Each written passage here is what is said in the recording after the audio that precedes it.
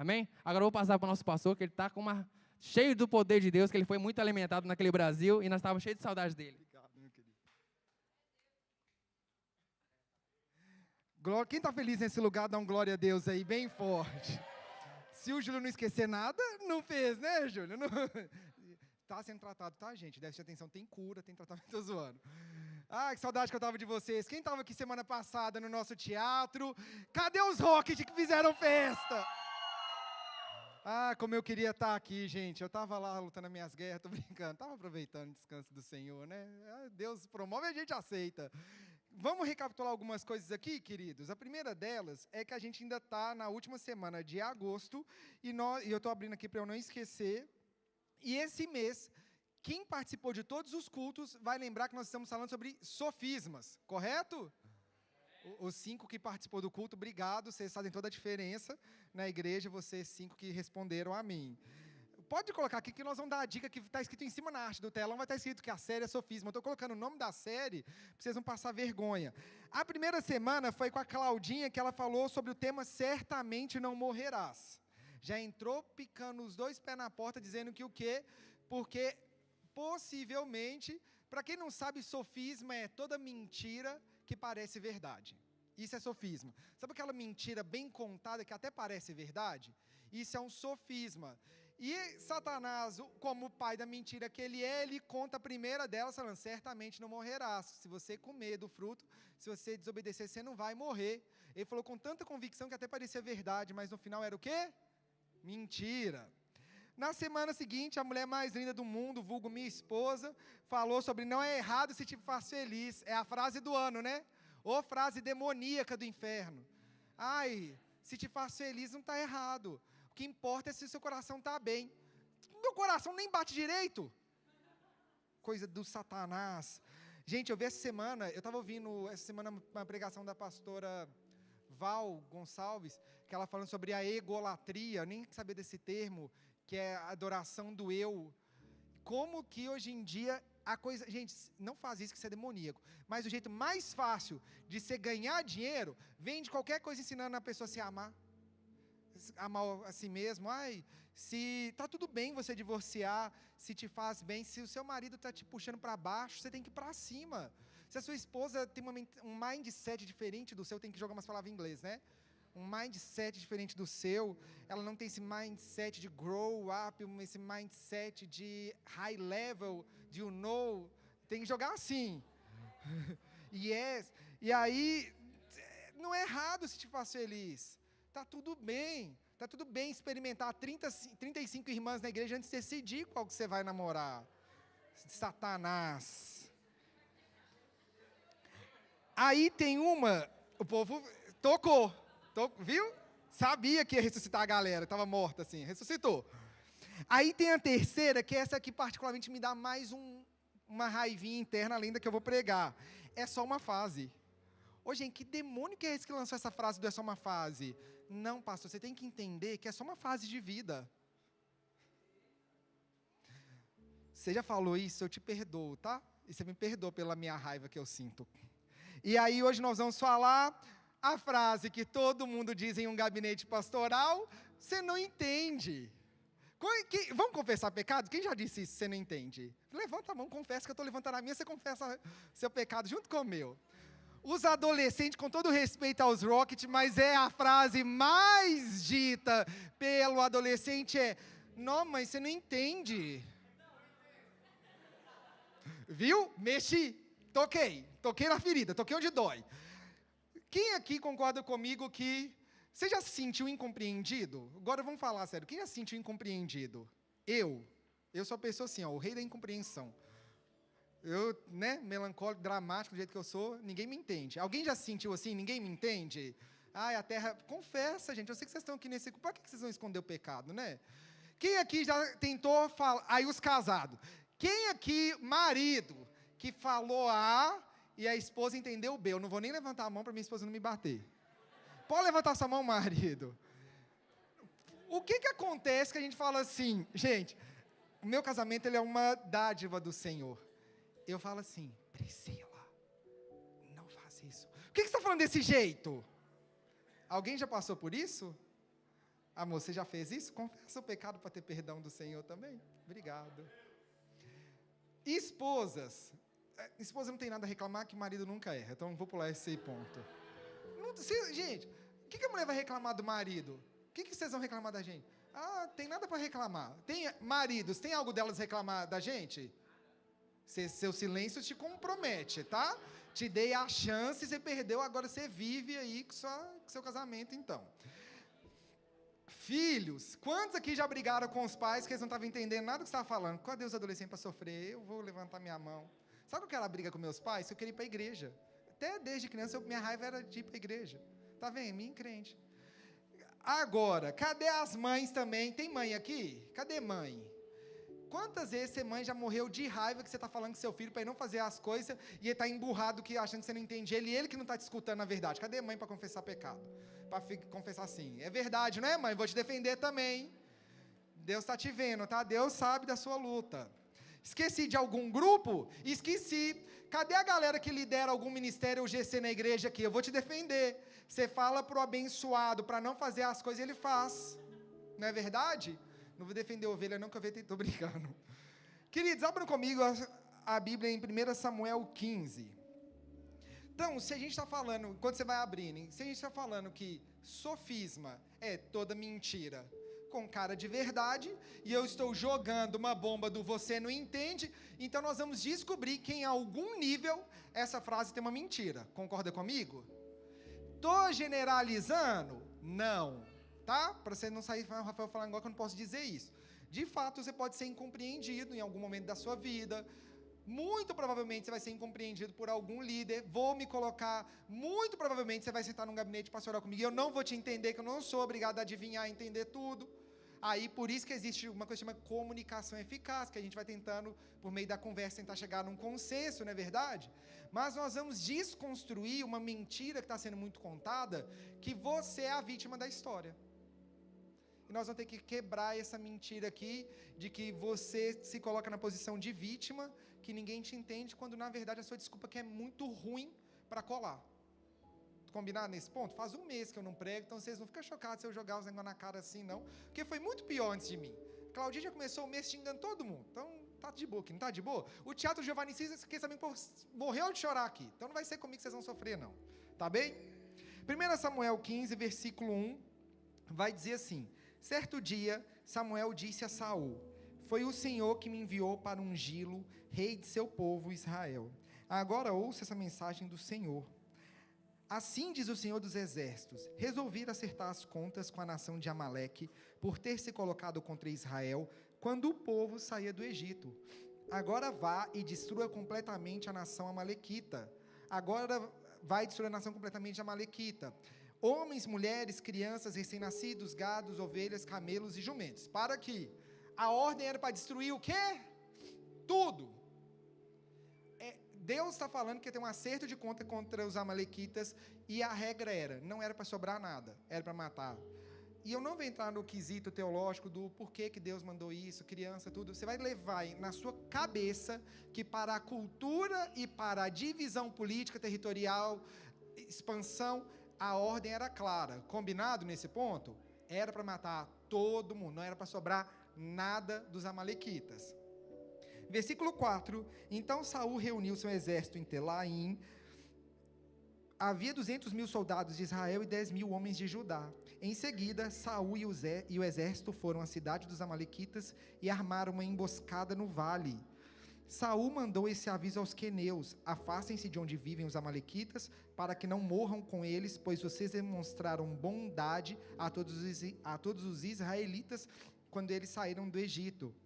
Então os queneus saíram do meio dos amalequitas. Saul atacou e derrotou os amalequitas desde Avilá até sul, a leste do Egito. Capturou Agag, o rei amalequita, e destruiu completamente todo o povo. Saul e seus homens pouparam a vida de Agag, bem como o melhor das ovelhas, do gado, dos bezerros gordos e dos cordeiros. Destruíram apenas o que não tinha valor ou que era de qualidade inferior. Você me dá um papel, por favor, de nariz? A regra, qual que era a primeira regra no versículo 3? Já perderam, gente? Destruir tudo. Saul foi com uma direção clara, obrigado, viu, meu querido? Saul foi com uma direção clara. Quando ele chegou lá, ele teve uma ideia melhor, porque a gente é bom para ter boa ideia, né? Uma coisa que o ser humano carrega nele é a criatividade para ter uma ideia melhor. Aí o povo diz, eu não sou criativo. É sim, porque para querer contrariar a vontade de Deus e ter um plano B, a gente é criativo.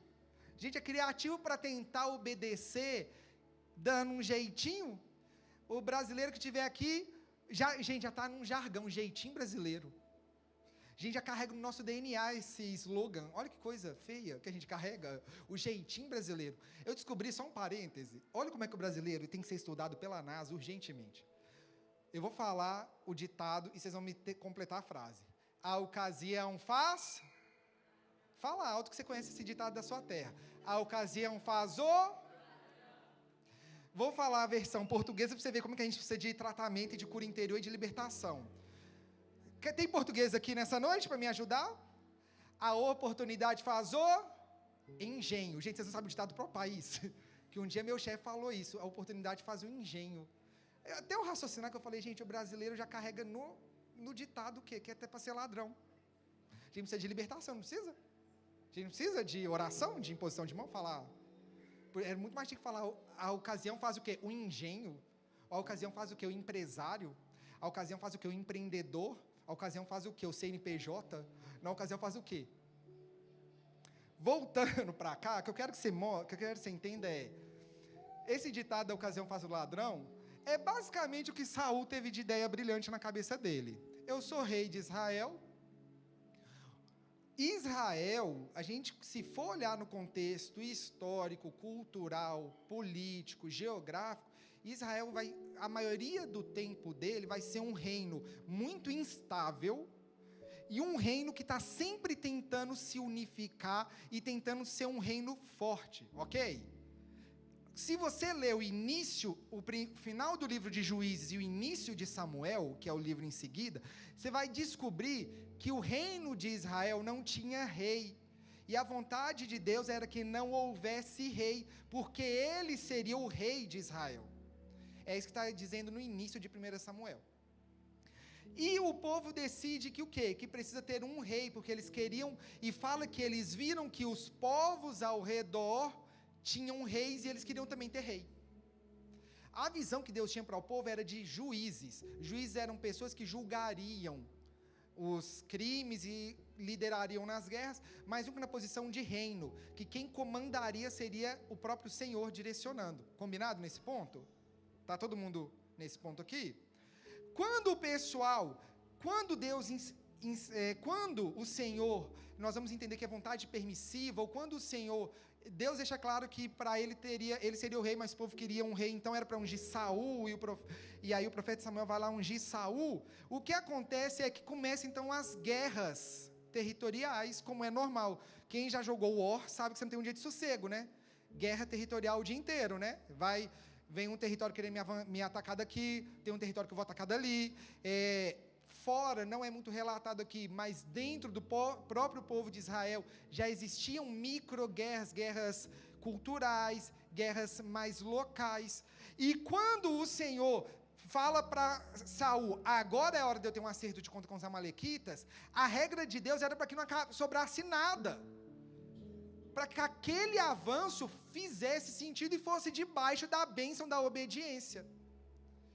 Porque no caminho e no reino de Deus, ou você obedece em 100%, ou você desobedeceu em 100%. No reino de Deus não existe meia obediência. No reino de Deus não existe meio bem feito. Ou você fez ou não fez. E aqui, o que Saul colocou na balança? Eu obedeço ou eu tiro o lucro da minha desobediência? E é isso que eu queria já trazer aqui, um primeiro entendimento do você não entende. Muitas vezes você usa o argumento que a outra pessoa não te entende, é que você ainda vê benefício no pecado. Você ainda está encontrando lucro na desobediência. Você senta para um atendimento, para um aconselhamento, seja pastoral, seja uma conversa de amigos, e você usa muito o argumento de você não entende, que você se apegou a um lado errado da história, muito provavelmente. Lembra que eu não estou generalizando? Se o seu caso não é esse, vive em paz então com a sua consciência, combinado? Mas quantas vezes a gente senta para atender alguém, e a pessoa dá um exemplo comum, um relacionamento, que é o que mais acontece. O namoro não é bendito, o namoro não é bendito na minha visão, direção espiritual, não. Não é abençoado de acordo com a palavra de Deus, combinado? Nosso critério tem que ser sempre a Bíblia. Mas você quer de todo jeito prender-se a argumentos dizendo que você está certo. Quando a Bíblia já deixou claro que está errado. E sabe o que é pior? Nós estamos nos movendo por testemunhos e não pela palavra de Deus. Porque você viu que alguém fez errado, e na misericórdia de Deus, algo aconteceu, para que Deus transforma a maldição em bênção, é o que a Bíblia vai dizer em diversos versículos, mas você se apega a essas histórias, que não significam uma direção bíblica, e está usando ela para justificar.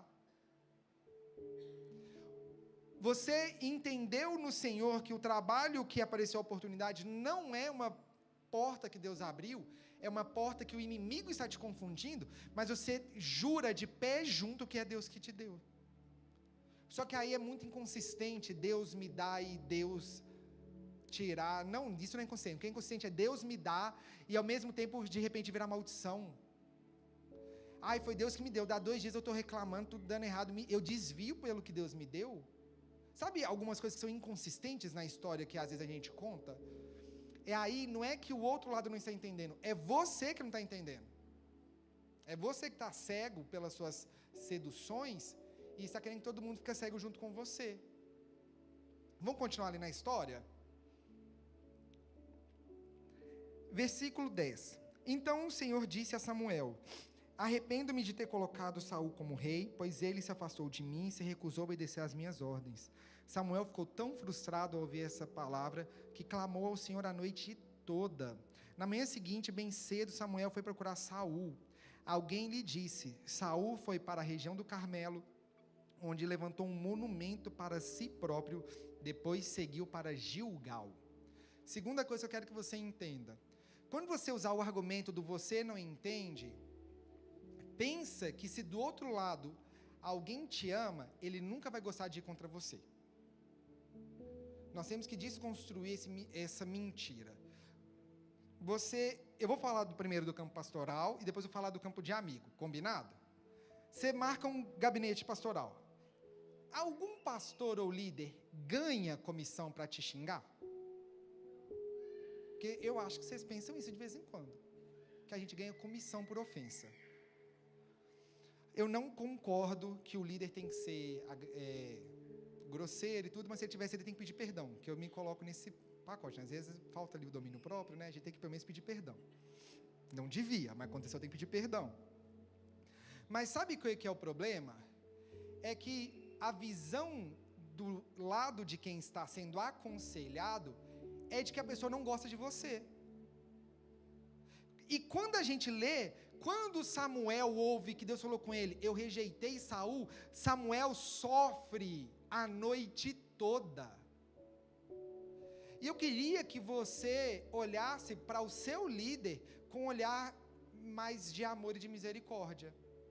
Porque se o seu líder te ama, ele vai sofrer com as suas decisões erradas. E ninguém fala disso, e eu não estou falando isso para puxar saco para mim mesmo, é para falar de todos os meus irmãos que lideram junto comigo, que às vezes o liderado tem uma visão muito dramática e muito ferida da coisa, e muito ofendido, que parece que ele fala, aí o fulano me odeia. Gente, vamos ser adulto. A gente não ganha nada te odiando, sabia disso? Sabia que nenhum líder que é remunerado na igreja, para você achar que ele está ganhando para te xingar? Eu detesto ter que chamar atenção, que a pessoa fica com um bico desse tamanho na cara uma semana. Cadê? Os pais gostam de chamar atenção e ver o filho emburrado? Porque o estresse que dá é a criança fazer o quê? Se a criança vai chorar umas 2 horas, se a adolescente vai ficar de biquinho, vai ficar tiradinho e todo debochado, porque a adolescente aprende a ser debochado. E se é adulto, vai ignorar e bloquear no WhatsApp, que também fica igual criança. Por que vocês acham que um pastor, quando fala, filho, não faz isso, aí o pastor não quer meu bem? Ô gente, pelo amor de Deus, cresce. Eu tenho que te falar isso de verdade, porque nós estamos entrando em um momento da nossa vida espiritual, que o liderado, ele é tão egocêntrico, que tudo que é contra ele, ele fala que a pessoa não gosta dele, não quer o crescimento dele. Aí de repente eu virei coach para ter que te palestrar, para você ter o seu crescimento profissional. Vamos colocar os papéis nos devidos lugares? Pai é pai, terapeuta é terapeuta, coach é coach, pastor é pastor, cada um no seu quadrado, andando na sua vida. Esse texto, eu acho, a gente tem que olhar para a Bíblia com um olhar do porquê aquilo está na Bíblia. Tudo que está na Bíblia tem que ter um porquê, concorda comigo? Se Deus é o autor dela, tudo tem que ter um porquê. E por que que ele fez questão de relatar que Saul sofreu? Isso que me traz, é isso que eu fico pensando, por que que Deus, porque para o centro da história é desobediência, não é? Uma regra foi dada, Saul não obedeceu e vai ter uma consequência para a desobediência. Por que que Deus coloca no meio da história um parêntese? Saul sofreu. Começa a se sentir mais amado por quem cuida de você.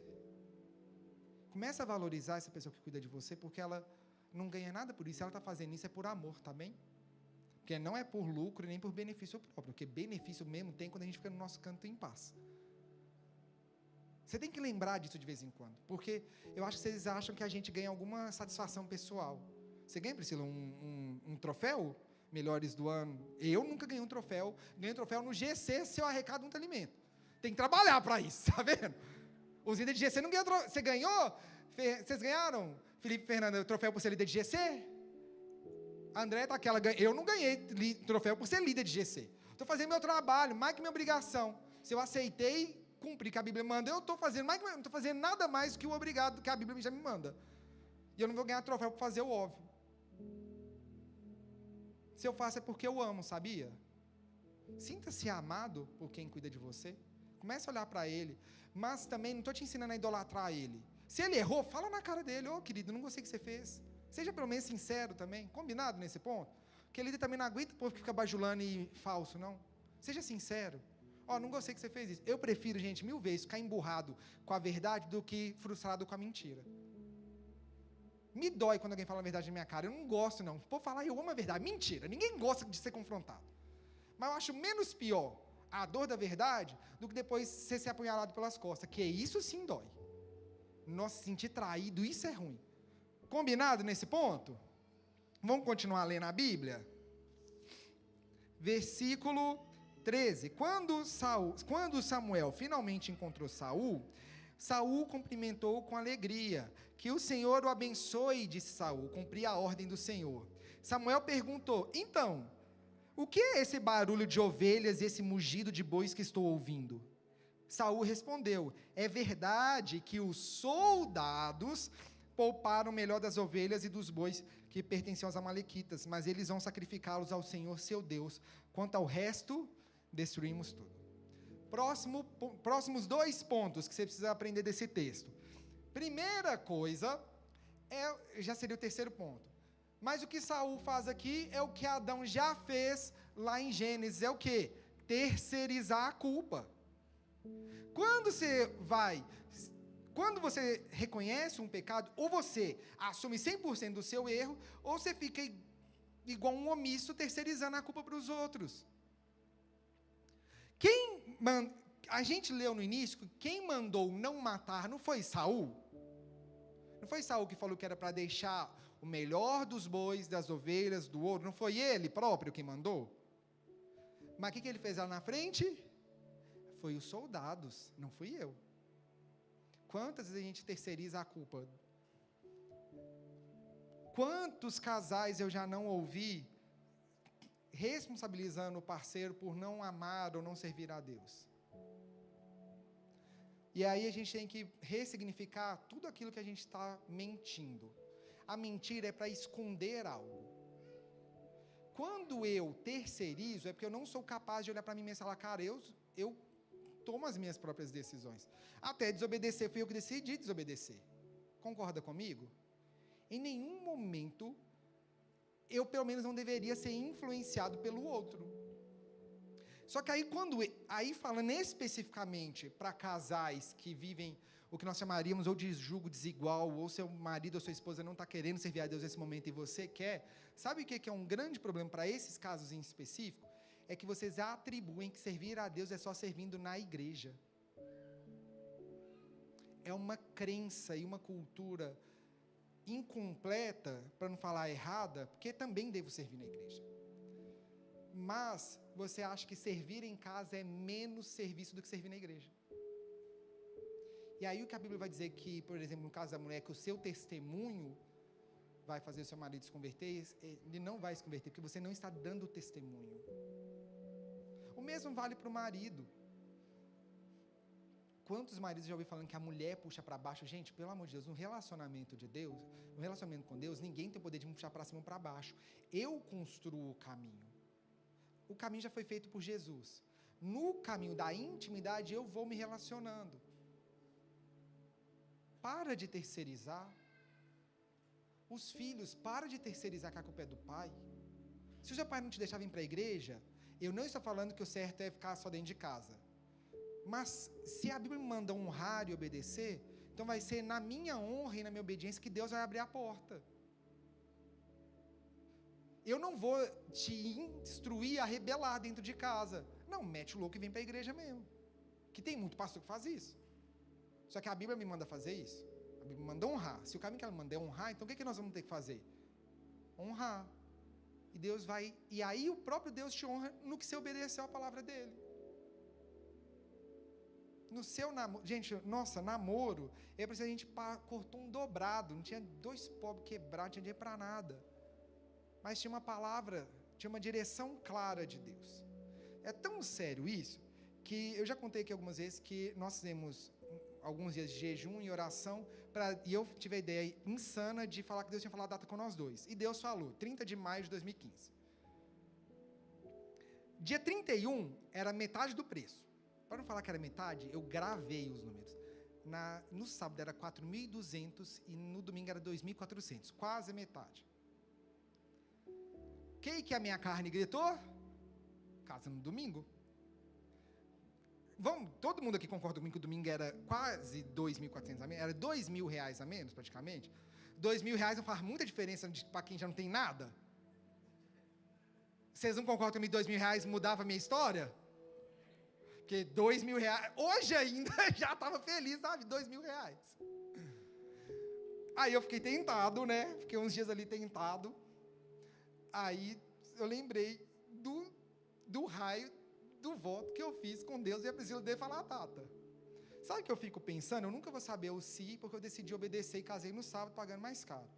Ai, você tinha dinheiro? Gente, eu não tinha. A gente fez um chá de panela para pedir dinheiro, achando que aquilo ia salvar a nossa vida, e ninguém deu. Para falar que ninguém deu nem R$100, né? Os super amigos que a Priscila tinha, que eu não tinha amigo quase nenhum, então eu já sabia que nem ganhar nada. Aí ela falou, eu tenho minhas amigas, as amigas, que ela pagou os vestidos de casamento, que as trouxas nem pagou, ela que tirou do bolso dela. Eu tive mais prejuízo ainda. Inventou de ter casamento americano com os vestidos tudo igual, os vestidos ficou feio para doer, e no final ela pagou do bolso dela. R$300 de prejuízo para quem não tinha nada, tá, gente? Mas no fim, sabe o que eu fico pensando? Se eu tivesse escolhido economizar, será que Deus, muito provavelmente a minha desobediência traria fruto da desobediência, não era? Será que eu tinha conseguido casar? Será que economizar R$1.800 valia a pena? Porque, gente, eu te conto, nem tudo esse casamento, viu? A gente começou, gente, meu sogro pagou na semana, assim, ó, faltava, né, Priscila, R$1.000 para pagar, gente. Eu tive espasmo no olho, meu olho ficou tremendo durante um mês, eu nem sabia, aí eu fui ver na internet o que era, falava que era estresse tão grande, e meu olho ficava parecendo que tinha Parkinson, assim, ó, que não tinha dinheiro para pagar o sítio, meu olho ficava assim, ó, e naquela época minha esposa ainda comprava as brusinhas, aquelas brusinhas de sacoleira, aí eu ficava assim, ó, Mas no final, a obediência sempre vai trazer os benefícios da obediência. Mas a desobediência também sempre vai trazer o pacote da desobediência, querido. Outra coisa que eu quero que você entenda. Saul falou que foi os soldados. A gente viu que no caso não eram os soldados. Mas eu quero falar aqui particularmente, se tivesse sido os soldados. Vamos fazer um e se? E se fosse os soldados que tivesse guardado os bois, os ouros e as mulheres? Pensa em um minuto. Você mandou o fulano não fazer um negócio, ele fez o contrário. Quem que é o rei de Israel? Não é Saul? Sabe o que eu quero te mostrar com isso também? Que quando você terceiriza a culpa, mesmo que alguém tenha feito de errado, só mostra que você se ausentou do seu papel, da sua posição. Quando você diz que alguém fez algo, quando você disse o contrário e você tolerou, só mostra que você não teve posicionamento bastante para tomar a decisão e ser firme nela. O povo que é pai. Eu estava lá no Brasil e a minha cunhada, eu acho muito engraçada a forma que ela educou o filho dela, que ela é muito firme. O menino aprontou, né? Criança, 2 irmãos, briga toda hora, não é verdade? O que acontece? Eu acho que isso é a carne caída que está lá em Romanos. É assim, ó, a natureza caída. E o mais velho aprontou com o mais novo. O que a mãe mandou? Senta agora no sofá. E ela é firme, mas fala baixo. Fala baixo assim, vem cá agora. E o menino foi todo amuado. Gente, eu querendo rir na cara dele. Fala, mas se rir, destrói toda a autoridade. E aí ele começou, depois de uns 15 minutos. Mãe, por favor, deixa eu voltar a andar de bicicleta. Nossa, ele falou com uma entonação tipo teatral. Eu prometo que nunca mais vou fazer isso. Falei, menino de 6 anos está sabendo já enganar desse jeito? Natureza caída. Mentira cedo. Sabe o que foi o melhor? Quantos de nós cederíamos por essa fala fofa? Que dá vontade de ceder, não dá? Eu achei que ele ia ceder, porque eu acho que eu teria cedido. Foi tão convincente, eu acreditei. Ela olhou para ele e falou, tá bem, mas não. E voltou, olhou para a TV. Na mesma paz que ela falou, não. Eu olhando assim, falei, gente, isso me ensina tanto. Se nós queremos dizer não para as coisas que devem ser ditas não cede se ele te seduzir, não. Não cede para o pecado se ele te cantar bonitinho, não. Que é somente mesmo. Quantas vezes a gente não é firme nas nossas decisões porque algo falou mais forte? Quantas vezes a gente não cede porque a gente fala, cara, como que eu ia dizer não, pastor? Como que eu ia dizer não para esse menino? Como que eu ia dizer não para essa menina? Dizendo não! Você que está gerando esses empirracentes, você toma a rédea da sua vida. Falando isso, não vou falar para pais, não vou falar que você tem que ser firme com seus filhos, pelo amor de Deus, para de gerar esses meninos atentados, pirracento, que não sabe ouvir porque sabe o que está acontecendo? Você está gerando um homem assim, você está gerando, no futuro, um marido assim. Você está gerando uma menina assim, no futuro, aquelas mulheres, esposa pirracenta, birrenta.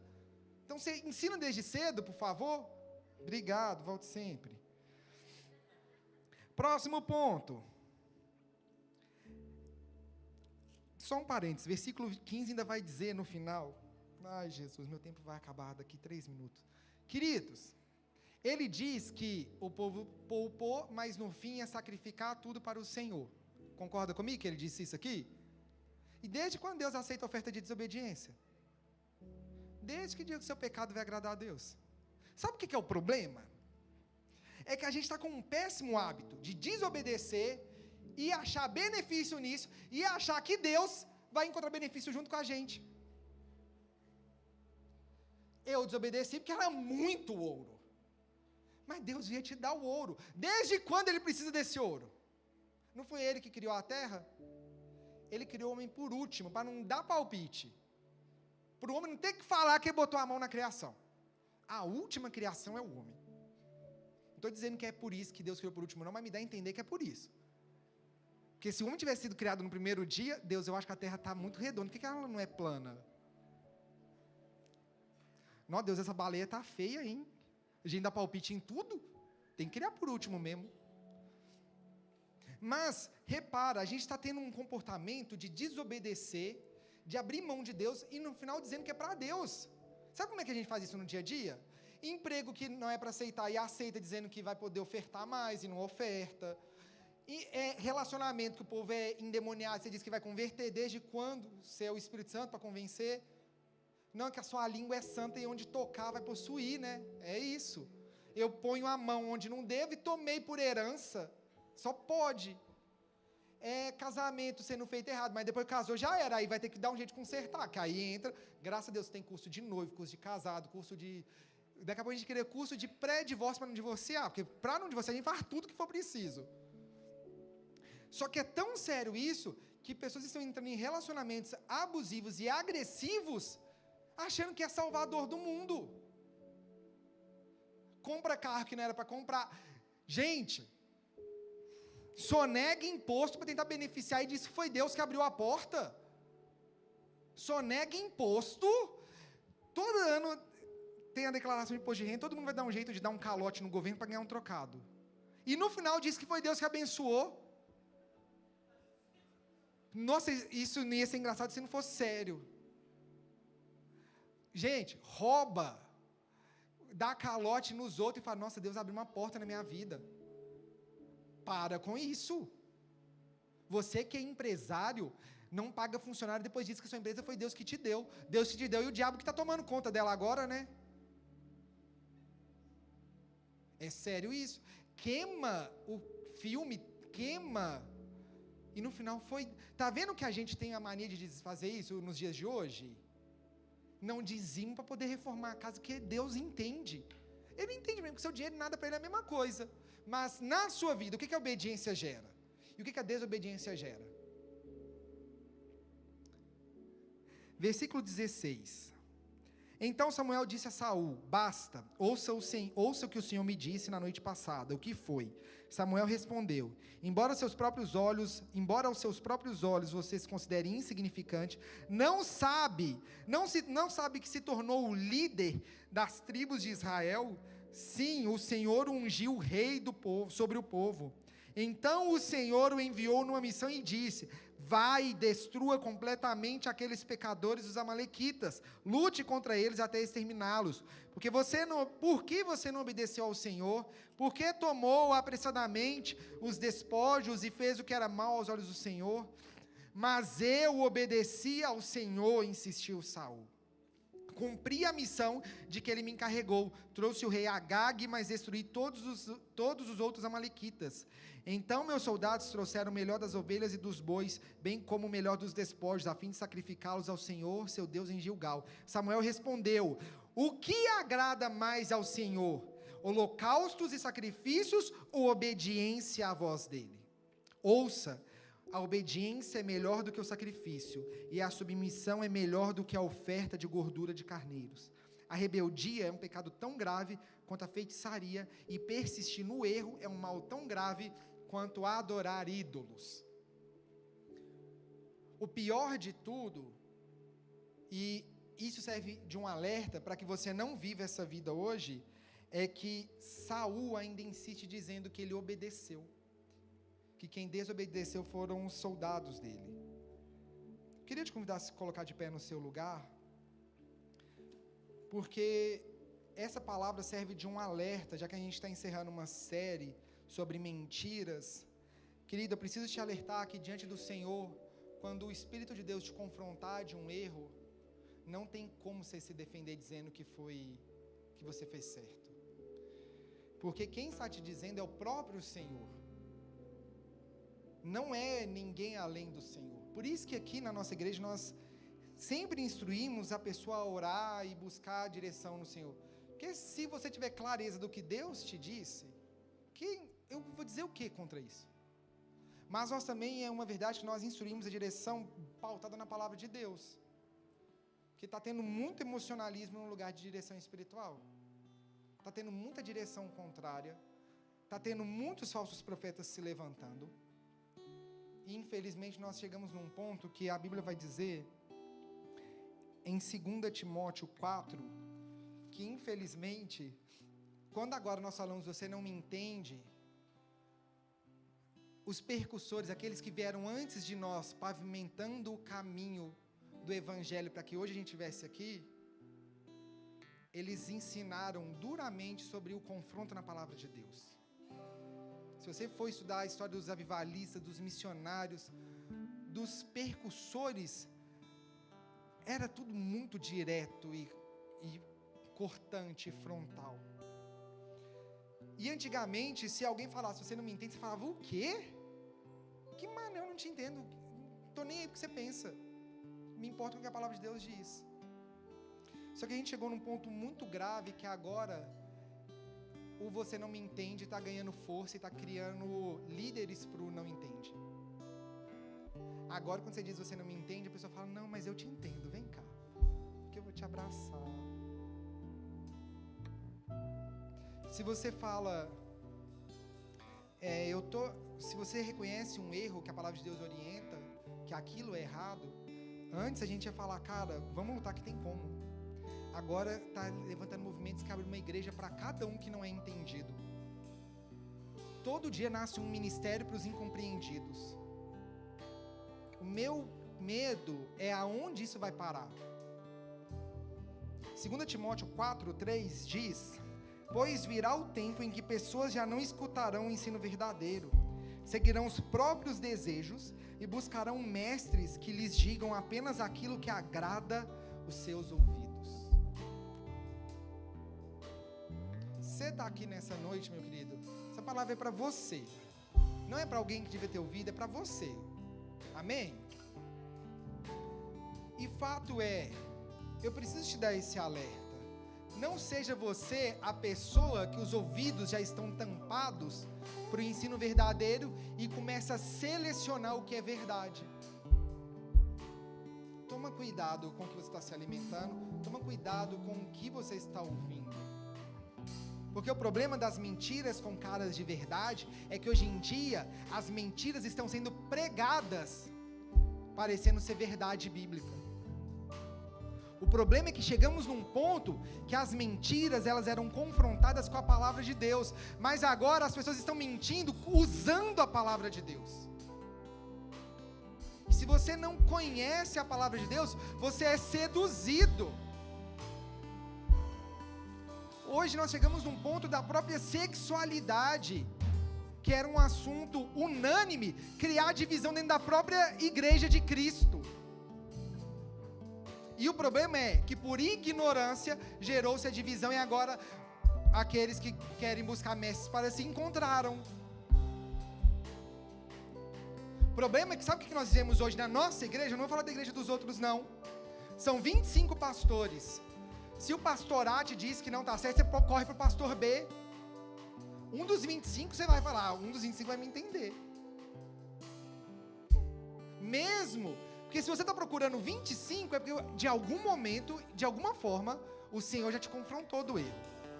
Em algum nível, o Espírito já está te mostrando. Mas você está encontrando alguém para falar mais alto que a voz do Espírito de Deus, para você ser convencido do seu erro e falar que está certo. E no fim, se você colher do seu erro, você culpa quem te disse errado. Versículo 4 de 2 Timóteo 4 vai dizer assim: rejeitarão a verdade e correrão atrás de mitos. Você, porém, deve manter a sobriedade em todas as situações. Não tenha medo de sofrer. Trabalhe para anunciar as boas novas e realize todo o ministério que lhe foi confiado. O Senhor colocou sobre você, sobre todos nós que chamamos de discípulos, a missão de falar a verdade. Custe o que custar, sofra o que tiver que sofrer. Fala a verdade, combate a mentira. Vamos fechar os olhos para nós orarmos um momento sobre essa palavra? Senhor, nós te glorificamos porque hoje nós entendemos a palavra de Deus através do que o Senhor ensinou no livro de Samuel, que obedecer vai sempre ser melhor do que sacrificar. E eu não preciso apoiar a minha desobediência em frases como você não me entende, você não está me ouvindo. Nós precisamos, na verdade, confrontar a mentira com a verdade da palavra de Deus. Senhor, hoje eu quero te pedir, confronta-nos na palavra. Espírito de Deus, nos confronta na verdade. Espírito de Deus, nos revela a verdade e nos confronta. Nos dá o real entendimento. Se nós hoje estamos vivendo em práticas pecaminosas, se hoje estamos vivendo na escravidão do pecado, Espírito de Deus pode vir falar conosco e nos revelar a verdade. Não queremos viver na mentira, não queremos viver na ignorância e não queremos fazer de vítima, não queremos nos fazer de vítima, dando desculpas, dando justificativas, quando diante do Senhor não tem desculpa. Diante do Senhor não tem justificativa, porque a verdade é que acima de qualquer pecado nós somos justificados. O justo não precisa justificar, porque ele já foi justificado pelo Senhor. Eu quero te dar um minuto para você orar, arrependendo. Se o Senhor colocou algo no seu coração, alguma coisa que você precisa abrir mão, e que você tem se apoiado, você que o Senhor tem falado para entregar algo, e você não consegue, que você está dando desculpa, eu quero te falar nessa hora, começa a orar do jeito que você sabe, falando que você entrega para o Senhor, que você não vai mais se justificar, você não precisa mais dar desculpas, entrega para o Senhor. Ao invés disso, pede ajuda, fala: Deus, me ajuda.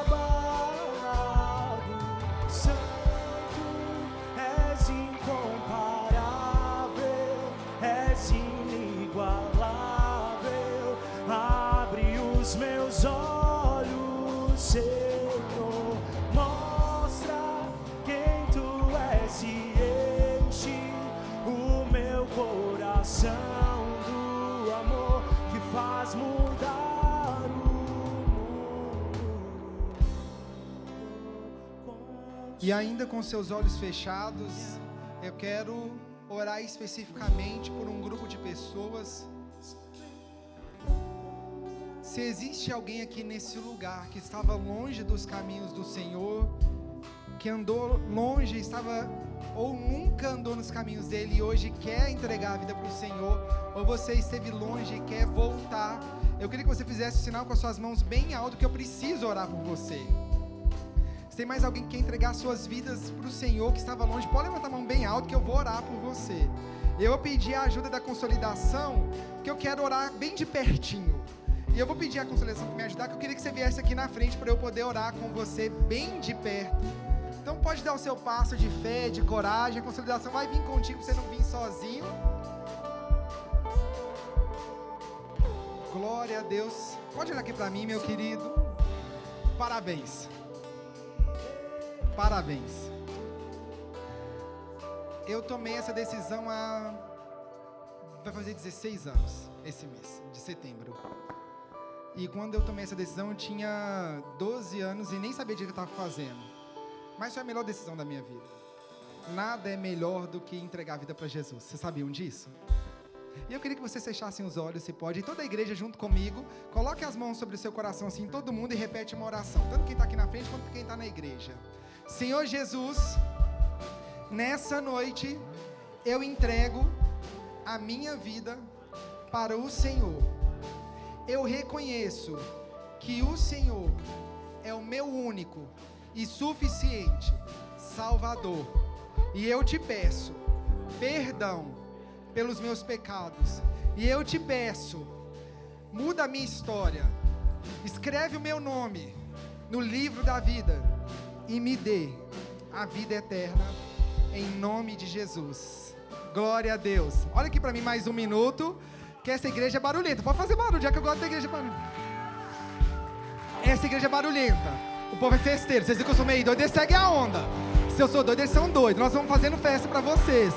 E fizeram comigo há 16 anos, eu vou fazer com vocês. Vamos manter a tradição da loucura. Eu vou contar até 3. E quando eu acabar, os homens vão me ajudar, que vai jogar os homens pro alto. As mulheres vão me ajudar. Então vocês me ajudam, tá, igreja? E eu vou contar até 3 pra gente fazer essa bagunça, beleza? 1, 2, 3. Vem pra cá, galera, receber eles. Assim bem ajustados, totalmente ligados, unidos, vivendo em amor, uma família, sem qualquer falsidade, vivendo a verdade, expressando a glória do Senhor, uma família, vivendo o compromisso do grande amor de Cristo. Eu preciso de ti, querido irmão, precioso és para mim, querido irmão. Eu preciso de ti, querido irmão, precioso és para mim, querido irmão. Você pode aplaudir o Senhor bem alto. Glória a Deus. Vamos orar para acabar o culto aqui, para a gente continuar o culto no café? Bora? Senhor, muito obrigado por tudo que o Senhor fez nesse culto, do início ao fim, desde antes, na verdade. Obrigado, porque tudo que o Senhor faz é sempre bom. Pai, continua falando conosco em nome de Jesus, nos transformando pela Tua verdade, nos transformando na Sua palavra, que possamos ter uma semana abençoada, um fim de semana abençoado. Já prepara, Senhor, já faz tudo o que o Senhor já tem preparado para esses cultos no fim de semana, em nome de Jesus. Amém. Amém. Estou te esperando lá no nosso café, e você aí de casa, que o Senhor te abençoe. Eu quero te ver presencialmente em um dos nossos cultos, seja domingo, ou seja no culto fé, ou no Legacy que vem. Deus te abençoe. Abençoe, te guarde e brilhe sua face sobre ti, levante,